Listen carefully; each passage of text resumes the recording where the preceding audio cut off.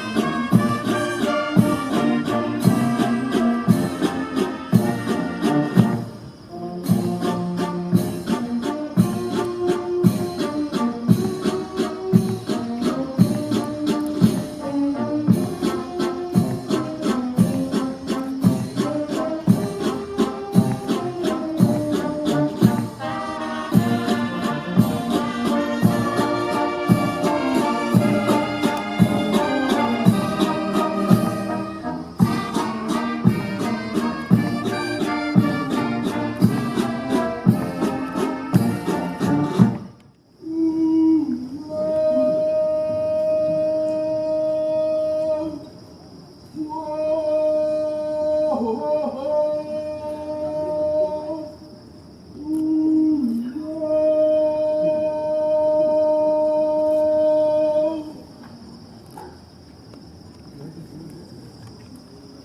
lea ua tongo malama o manu. Ua tāwhi sila whae le whituau. Ua malama I urungalu sulu o le langi. O na mamoli mai le tala leo malie. I au vai whanua Samoa. Le asu fau a fotu ai mai. Ala maia. I nā ala mai. I e ofu I lo malosi. Malo matango fie. A wawa taitai mai le soifua lau le lei o le atunu. E au lia lo nasu whanau. Lo lima se fitu tausanga. O lo tuto tasi. Ia vi o ele tua moni. E tua tasi e whawai ai Samoa. Ia whasiri na lo suafa e whawamau. Whailo mātou leo ma whoranga. O vionga I teitai whono o le komiti. O tā penanga o le tuto tasi lua awhi se fulmaleiva. Mātou te whātalo whātuai. E le paia ma le mamalu ua poto I Tiafau nei. O le Malae o le whautu ngatangi e Samoa. E mai se le whaafonga tāpoi mai e Samoa. E tue fia o le atunu. Male ke lope. Tā lofa lava. Tā lofa. Malo le soifua lau lelei. O zei tūlao na malele leo la na fionga I lea mamalo le malo. E anga tonu ai lo tau pa ia.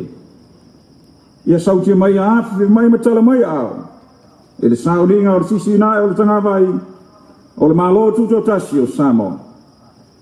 Distinguished guests, dignitaries, ladies and gentlemen. It is my esteemed honor to extend to you a very warm welcome and greetings this morning. Welcome to the flag ceremony for the celebration of the 57th anniversary of independence of Samoa. A very special welcome to our esteemed guests from abroad who have joined us for the celebrations. Welcome to beautiful Samoa. Thank you indeed for gracing us with your presence. O le whasi de silanga lo ia, mai lana fionga I lea mamalo o le malo, mo le whamanatuina o le tuto atasi lo na limas pulfitu le nei, e tusa ma le whasi no manga, o le whawai o le malo tuto atasi o Samoa, ma o te whaita wina e le ngangana Samoa, ma le ngangana Peretania. E le suafa pa ia o Yesu Kiriso, le ona le malo si malava, le alofa e whaavavau, ona o le puleo au I le lalolangi, e iei le ile atua na o ia, e a fio I mea umalava, ma o le pulenga e whaongaina e tangata o Samoa, e to tonu atua oi na whasinomia mai ana tūla whono, o se tofi pa ia tū whasolo. Ona ua whaalia e taitai o Samoa, le tatau ona vea Samoa ma malo tūtu atasi, e whawaina I lunga o talitonunga mauaa whakerisiano, ma tū maanga nu o Samoa, ma ua tū mau le whamai o le malo tūtu atasi o Samoa o le atunu o kerisiano, e whamai le tū le tamaa, le alo ma le nganga pa ia. Taluai ona le whono whamai, e vea masui o tangata o Samoa, na taliahina ma whamai ni ai le whamai o le malo tūtu atasi o Samoa, I le aso luas furvalua ki topa, a feiva se lau ono se folo. Ona ole nei whawai, na taliahina ai e tangata anu uma o Samoa, e se fesiri na whatuina ma whamau ni e le palota lau tele, sa whaia I le aso iwa o me a feiva se lau ono se folo manatasi, e I lanto ua luas fultasi, ma siri antu tau sanga o lo lanto soifua. Taluai sa whaamutaina le whono tele, a malo au whaatasi la so fito I ulai a feiva se lau ono se folo manatasi, le whengai o le tausia o Samoa, I lalo le vainga malo au whaatasi, ma ana amata whamalaluina le nei tūlanga, I le aso mua o Januari, a feiva se lau ono se folo manalua. Taluai sa mali lia tangata anu uma o Samoa, e whataua ina whale tūla whono lo lantou whawai, I le aso mua o Januari, a feiva se lau ono se folo manalua, ma ua tāla whenga iai, o na whamana tuina le nei matantia, e sili o na tāua. O le melea, o a ua Tuimaleali'ifano, ma le toa Sualauvi le lua, a o le malo, e tusa mai e inga o le vaenga luas furutolo pui pui tasi o le whawae o le malo tuto tas ua o whaasiri sila lo ia atu nei le whaamana tuina o le 5 sulufitu tausanga talo na tuto tasi le malo Samoa i le nei aso tōnai aso mua yuni lua afe se furumaleiva whai e lalo la usaininga ma le whaamau whailonga o Samoa sainia Tuimaleali'ifano vale toa Sualauvi le lua o le malo. Proclamation in the holy name of our Lord Jesus Christ, the Almighty, the ever-loving. Whereas sovereignty over the universe belongs to the omnipresent God alone, and the authority to be exercised by the people of Samoa within the limits prescribed by his commandment is a sacred heritage. Whereas the leaders of Samoa have declared that Samoa should be an independent state based on Christian principles and Samoan customs and traditions, as it is now enshrined in the Constitution that Samoa is a Christian nation founded on God the Father, the Son, and of the Holy Spirit. Whereas the Constitutional Convention representing the people of Samoa on the 28th day of October 1960 adopted and enacted the Constitution of the independent state of Samoa, whereas the Constitution was accepted by the overwhelming majority of the people of Samoa in a plebiscite based on universal suffrage on the 9th day of May 1961. Whereas the General Assembly of the United Nations Organization unanimously terminated the trusteeship agreement of Samoa on the 7th day of July 1961, the termination to be effective on the 1st of January 1962. Whereas the people of Samoa has decided to bring into force the Constitution of the independent state of Samoa on the 1st day of January 1962. And whereas it is fitting that this momentous event be duly commemorated. Now, therefore, I, Tuimaleali'ifano vale toa Sualauvi le lua, head of state, pursuant to Article 23 of the Constitution, proclaim that the 57th anniversary of independence of the state of Samoa be celebrated on this day, Saturday, 1st of June, 2019. Given under my name and the public seal of Samoa, signed Tuimaleali'ifano vale toa Sualauvi le lua, head of state. O te tapa ma le Faulalo lo sunga I te tai o sauninga o sunga le whailau tusi o le kale sia matisi lo sunga Faulalo Leti mo le tai o le nei sauninga I te talo whatali ai o lo ilunga o le tātou Paul Kalame o na saso o le ma le langina o le vi inga o le tuo lo sunga I le whawhengai. O whetai le atua ina ua alo whawhua ona alofa ua tumau ele liu e whaamau ua ia foa ina mai e a uma e o lai ona alofa ua tumau ele liu e whaamau ole me ia mai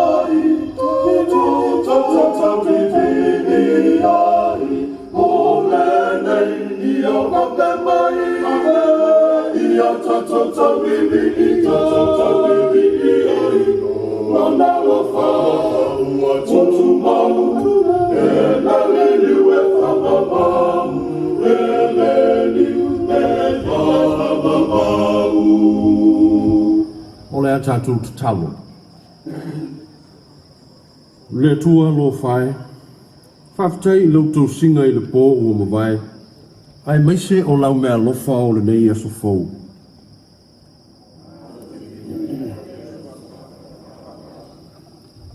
Whaamanuia mai le 5 o tau sanga o le whaamanatuina o le tuto tasi o si o matu o tunu o Samoa.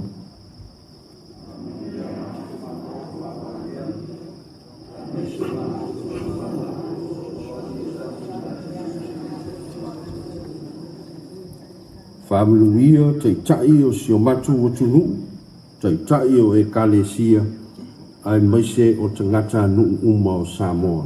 Le tu wai, wa e whaafafonga i a mātou whaafitai, a tō fui ma mātou talotalonga, a ua mātou talitonu lava i loa lofa whaata mā moni, e tō ai manu mōlo mātou waturu. E le whangaluina i lo mātou te talo, o mātou tua a o e ua tō whawha mai tia sā. O e sa whitai tunga ma whina wina, le saolotonga o Samoa, ua mātou oa ai nei whaleseu, ai saai maao malia i lo wanga le lei. O mātou te talo i a whapea lava o na mātou whai, i whanau o le atu nuu o he o lo muli mai. Ai asili o la ngona e Samoa, le saolotonga moni na e sao nia ke riso, na e to pena ina whaafafine o tō angai lunga o le sātauro, a tō maluto e tū manu malo, ina i e saoloto a tō atoa le tangata. O mātou te talo ia, whatasi no mana o ngalilo i o mātou loto. Ia maluia le le yaso i le whamoe moe o Samoa. E ala lava ia Yesu le li imolo mātou whaola. Amene. Amene. Thank you very much for blessing this ceremony and the beautiful singing this morning. I have the honor to invite His Highness, the head of state of the independent state of Samoa, His Highness, Tuimaleali'ifano vale toa Sualauvi le lua, for his address. Lau fionga i le ao le malo. Lau sunga le whawhengainga Faulalo Leti, tai o le sauninga. Lau fionga le sui le fono sui tofia ma le Masiofo. Lau fionga le li palemia ma le kapeneta ma minsta langolango. Lau fionga le whaamsinosili ma le vasenga o le whaamsinonga.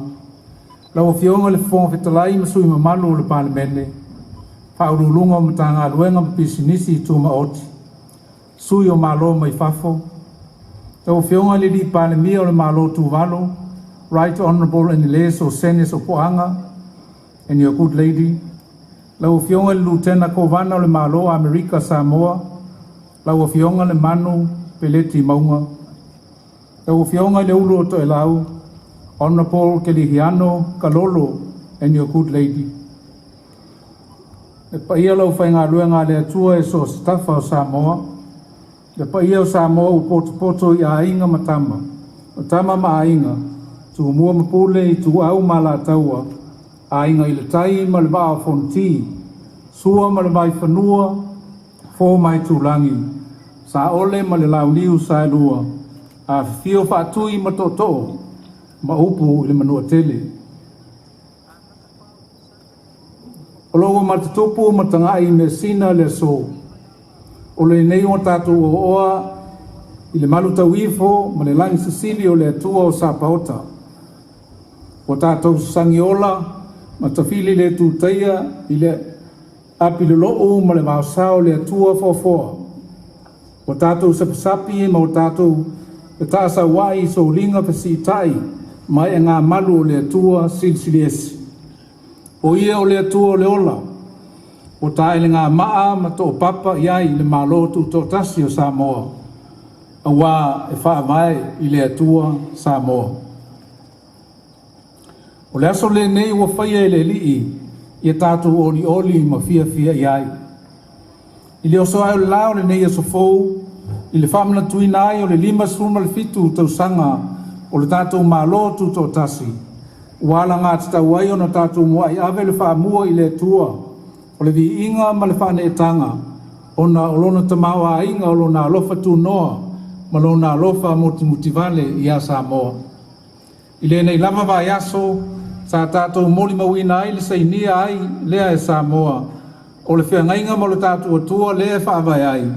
Ma toe wha mautu ina ai le tātou tautinonga i a te ia. O te talitonu ma le wha maoni, o leo o tātou iei nei le amatanga o se whaafaunga whaaleanganga mō Samoa. Te whaatalo whaatu i le awhio le paia maulunga o tātou mālo whaalolongia mai le Pasifika. Ai le ngata i leo o tātou paanga masani. O le malu leu tele o le atunuu o wō ma au mea mamai. Whapea alo ma whanau ma whai o na awai mai le nei tai au a wale whaamna tuina o le tātou tuto tasi. Whatalofa atu fo ili pa ia o matua, ma matua tausi o lo whafonga tapu ai mai maota malawa.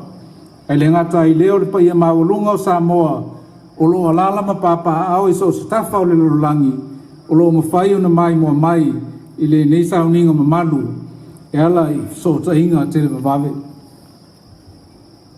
O te fia fo i e whawhelo i atu i tai umo i ka le sia se ese, whapela u whai ngā luenga pa ia le atua. E le ngata i leo tai masui o le malo, e ala i lana palemene, le whamsinonga ma le pūlenga whatonu. O whalapo putonga ma matanga luenga. E pūlenga ma malu ali ma whai pule whapea nuu mafioanga, o le au whai pisinisi, le au whasaralau, o whalapo putonga ese, ai meise tangata nuu uma o Samoa. Mo so se Samoa lava, o lo tapo ai mai maota malawa, po atunu e mamao, o le aso mua le leo yuni, o se aso tau o tele lea mo le tatu atunu. O le aso e whamina tuinai le tatu saulotonga, e angiangi ai ma le whanga e tia le tatu tanga mai, i whale whai ngā ruenga, o aonga, o maota malawa o ainga whapetu a oi. Ma o se whailonga leo le tatu mitanga, i le tatu atunu o Samoa. O se whailo ilo fōi e whamanatu mai e pēr e ai tātou, la tātou sāringa mālo, ma le tātou taltununga e a te tātou lava. O se asa fōi e tātou te toe tō mana tua i futia o sola, ma le anganga whawhetai, a tō ai ma le loto o whamalia ina i mea uma whai o na usia, o no le sāringa mālo o tātou tua a. O se asa fōi e toe tapu e atili ai a tātou whai unga whai, ina i mawhai ai o na whaonga tatau a manoa lo maua pēr, mo le atina e ina o le atunu.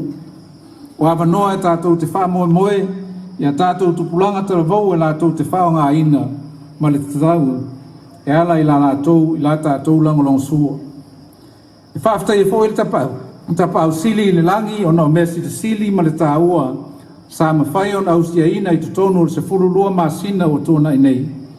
O leo si i tia maulunga le tūlanga i atina i tutele, e pe on te talaina alo i ainei e wala savaria ngā i maalele, i le Malae maalele i whaleolo, ma le tui Samoa Cable. Mao ni matati e mawa ia mo se o tātou tunu o Samoa. O le wha moe fōi na ia si tia maolunga le mātango fie, fōringa vai o le taulanga ia pia. O leo toi mao na tino mai lea, e ala i nā tina e o le wha mātango fie ina o le taulanga. O lea fōi sa mawhai o na whātino ina, i lauri liwina o le tala whaatau o le tupe o le tātou mālo, i le mauta fōu o le pane mene, i Tiafau nei. Ma le ana noa i lama o isi mau ati na e o ngā luenga o loo wha au au pēr. O vaenga ia, e awa i lama o na mamoli le nganga o le whaafitai le fisoso ni mai, o tātou paanga masani, whapei o Australia, China, Japani, New Zealand, le United States o Amerika, whale tupe o ati na e o Asia, whale tupe o le lolangi, o maa loa o whaatasi, o le OPEC, UAE, e mātunu o le Uni Europa. Bai lato uma o lo tofu sao ma o lo ngāru lue puno o i pēa iso se matata. Ina ia whaatere tere vavave le whaatino ina o nei ati nae, e awhi ai whaalapo tonga o le nei tūlangi. O te fia whaelo atu fo inisi o mori mau, ma o ata wa ia o le sao ta ua o le malu lau tele o le tunuu, i le una ia pēa o ati nae ngafa tauli maina. Lo whea ngai nei le au whai whaatoanga me le au whai whaiva, ma le toina whaapele sa ilia o mea tau mafa, mo le malu lau tele o le tunuu. Ato ai ma le whaamautino aina leo le saunga le mua nei mea tau mafa. Whaapea ai fōi mea tau mafa tala whea ngai, ma le mano lo ina, mo a tātou whanau. O lo oi ei fōi le whanau nau ta inga, ina ia toi whaolau la tātou o loa au ina atu i whafu. O lo sosani fōi i leo whai whaatoanga, i le tui nātu leo a manoa whaateko na losi, ato ai mano fuanga e whare le iai o loa ngaosi, whaapea tūlanga i tupe maua. Lo whea ngai whao i le matanga aluenga o leo leo, ma le anoa noa i o lui tau ese, i le whaafo e ina o tūlafono, ma le tau fo ia o sori ngā tūlafono, ina ia mautinoa o lo saunga le mu, ma malu pui pui o lo tātou atunu, whaapea le tātou sao i le tau singa, whaapea lo lātou sao i le tau singa o le file mu, ia tunu o le lololangi o lo tūlai mai ei pēr taua, ma whewesi a inga. O lo ave pēr fo i le langolango ia i lātou, e ala i whaalelei o le lātou au nanga, whaaperesi tia o lātou to mai manga wā. E fo i matawha i oi tā ua ta mai tai te tonu le li o lo tau soifua mo tātou wolai, ma e o lava o na tusa lo lātou awanoa, ma lo lātou saunga le mo e whātau nuai o lātou tiute ma to mai. E tau i lava i le tātou mālo ma le atunu, o na wha mauti no ina walo ia lātou wai ati tau, ma whai e o na whaatino a lātou lava whiriwhiringa. O na tātou tupulanga talabou, i li ima tamai tai, o le lumanai manuia lea o le tātou atunu mo ata e au. Ia o i lava na tātou na ile ati na eina o anga waa, ma le tamawa inga, e le whaatupula ia o i lātou tupulanga talabou. E ala i le tapu eina o tomai ia o onga, ma wanoa skolasipi, i le whaateknolosi, i sinia ma whaapisinisi, mo le whaatufunganga ma ngā luenga taulima, mo le whatuina o musika ma le whausia o masini whaadai, whaapea lo lātou tomai i tā longa. Ai le ngata i lea, e mana o mia fōi o na tātou whaia ni ngā luenga le lei tonu le tunu, whao ngā tatau a manoa e ofo i nātu, e le tātou mālo, e ala i ngā luenga whaavai taimi, i atunu i whafa. Fia whaeloa fōi, le anganga o le whaafitai le sao tāua o tātou whaalapo tonga ma pisinisi tū maoti, i le atina eina o le tātou atunu, ai me se lava i le atina eina o pisinisi la Haiti, o a le malosi anga lea o le tātou tamau a inga. Whapena fōi au nanga whaalapo tonga ma tanga luenga le malo, o le upumoni ana le se anoa o tō mata alia le tau veina o la o tō pito la au. Ma le whaatinoina o tō to mai manga waa. Ia manino, ma le ato o toa ngā luenga whai, se manua e whaingatai le malo o na tau ave fōi la tō pito la au. O tātou iei nei le mai tau e awai o na tātou tepa tau lai, i le tapu e ina o le malusi anga i mawhai ai o na o tātou tali atu i a fianga matu i a suinga o le tau. Whaalavelame whae nā tura pe o nā fianga o fia ai, se o tātou atunu o Samoa, o se motu lai titi tau ati ai. O tui nātu le tātou whaamua i le whaatinonga o ngā oinga, e fo i ai tūlanga la matia ua iei nei. Mga o inga tala whengai e tali atua i suinga o le tau, o mata aupo e pei o por kalame, mo le whaalelei a tili o le malusi anga, tātou te tali atua i ia whaafita auli. E ui lava i neilu i tau, ai alo wha au pēa o na whaatino la tātou matawhai oi.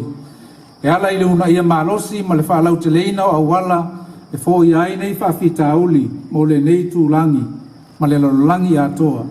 E peo nā tangia le whonutanga talua i nei e taitai o le Pasifika, ma le whailautusi o maloa o whaatasi.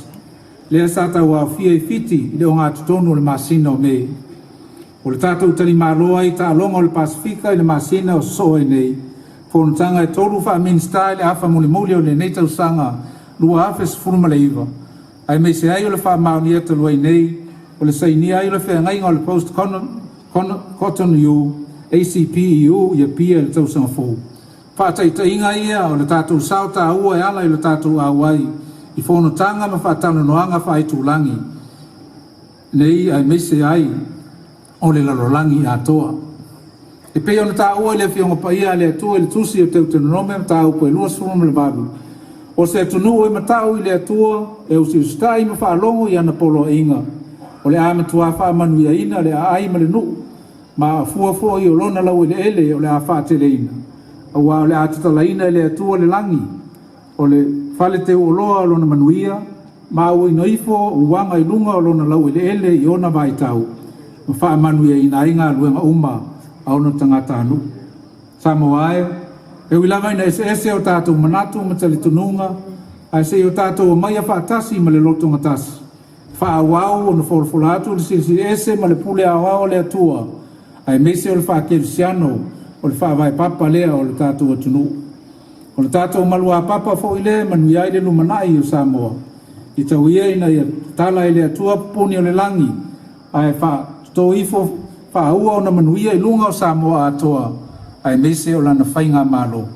Ia sanga wha manuia le atua i ai tātou malava, i le wha manatuina o le limas funma le fitu tausanga, o le malo tu tau tasi o Samoa, soifua.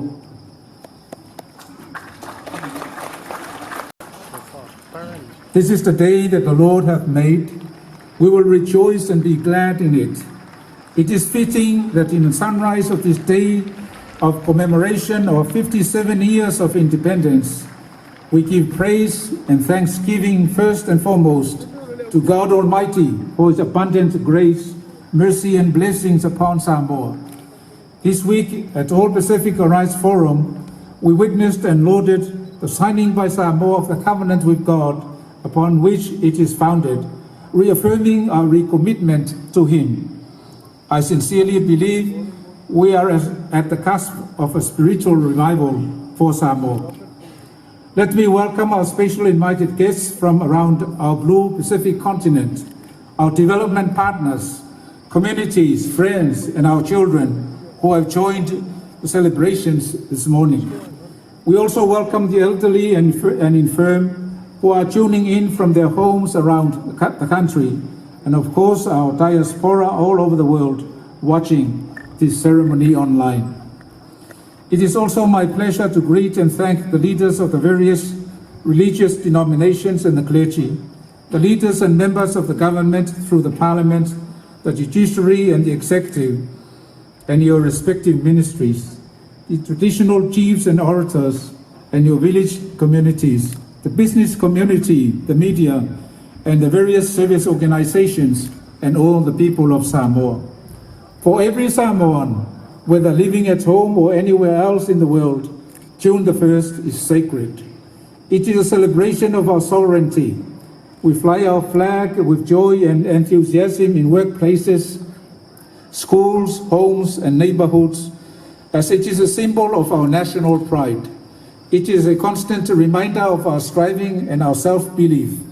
It is a day to look back with satisfaction and gratitude for what we have been able to achieve due to the efforts of successive generations of our elders. And it is a day to renew our resolve to fill the gaps that still remain in our nation-building initiatives, gaps that we aspire our talented youth, with our support, will no doubt fill. We thank God for all the accomplishments and milestones that have been achieved over these past 12 months. Our infrastructure is improving with the commissioning of the aero bridges of the new airport terminal and the Tui Samoa cable, both historic achievements for Samoa. A major facelift for Apia is fast evolving through the waterfront project. Parliament conducted its recent budget session in new premises, and many other developments are work in progress. In this regard, we extend our appreciation and thanks to our development partners, Australia, China, Japan, New Zealand, United States of America, ADB, World Bank, the United Nations, OPEC, UAE, and the European Union, and all those who have and are working extremely hard in the field to expedite implementation, including regional organizations. I wish to also acknowledge some examples of the contributions of our citizens to our continuous drive for sustainable development. Our farmers and fisher folk grow food for our people and ensure security and nutrition for our children. There is renewed determination to revitalize our exports. We assist our farmers by providing access to technology and other facilities for enhanced productivity and incomes. Our police force takes on a variety of challenges in fighting crime and law and order disturbances, ensure the safety and security of our citizens, as well as engage in peacekeeping initiatives in volatile hotspots of the world. We support them through improving their professional and personal conditions. Women have a special role in our society and are deserving of equal opportunity and security to fulfill their potential. As a nation and as a society, we must ensure that they have the right and the ability to exercise their choices. Our young people, both boys and girls, represent the hope and optimism of Samoa. Today, we need to harness the unlimited human capital of our youth by building capacities for skilling and scholarship, for technology, engineering, and entrepreneurship, for creativity and crafts, for playing music and producing mobile apps, and for excelling in sports. Furthermore, we need to generate decent work in our country and utilize the opportunities offered through labor mobility schemes. We acknowledge also the significant contribution to nation building of the private sector, and in particular the small and medium enterprises, which are the backbone of our economy. Similarly, our government will struggle without an educated, strategically skilled, innovative, and accountable public service.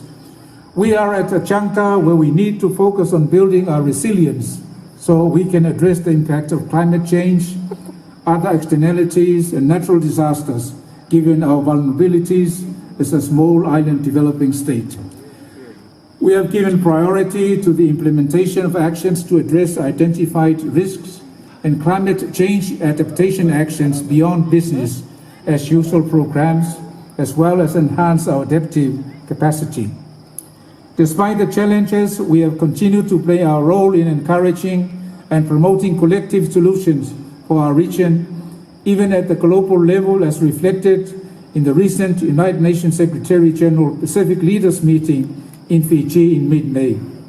Our hosting of the Pacific Games next month, 3 ministerial meetings in the latter half of 2019, and most recently, the confirmation of the signing of the post-Cotonou ACP-EU agreement in Apia next year, are examples of our active engagement in regional and global discussions. As the Bible declares in Deuteronomy chapter 28, a country that fears the Lord, obeys and heeds his commandments, will be blessed in the city and in the country, and the fruits of its land will multiply, for the Lord will open the heavens, the storehouse of his bounty, to send rain on its land in season, and will bless all the works of its citizens. Samoa, let us come together in unity, despite the diversity in values and opinions, to continue to proclaim the supremacy of God and the Christian foundation upon which our country stands. This is our rock upon which the future of Samoa will be shaped. May God open the windows of heaven and pour out like rain his blessings upon Samoa, especially his government. And may God bless us all on the commemoration of 57 years of the independent state of Samoa. Soifua.